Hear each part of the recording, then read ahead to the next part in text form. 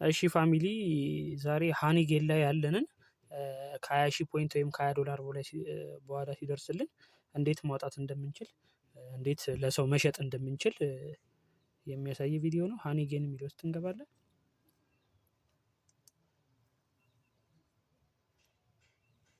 ትንሽ ኔትወርክ አዛ እያደረገ ነው። እዚህ ጋር እንደምታዩት አልፈናል ከሚኒመሙ።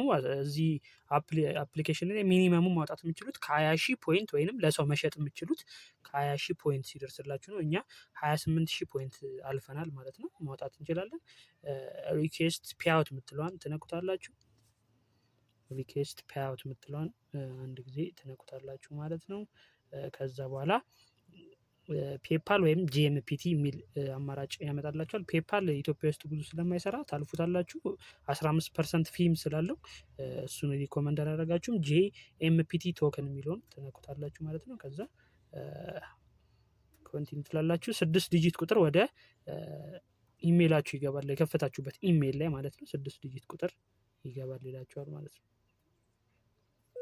ያው ገብቶልናል። እዚህ ጋር እንደምታዩት 6 ዲጂት ቁጥር ማለት ነው።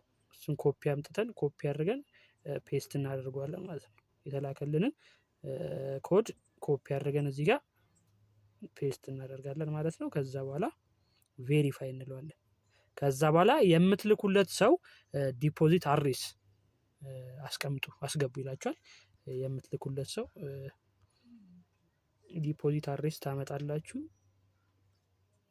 ኮፒ ታደርጋላችሁ፣ መታችሁ እዚህ ጋር ማስገባት ማለት ነው። መሸጥ የምትፈልጉ ልጆች እየገዛን እንገኛለን፣ ኮንታክት አድርጉ ማለት ነው።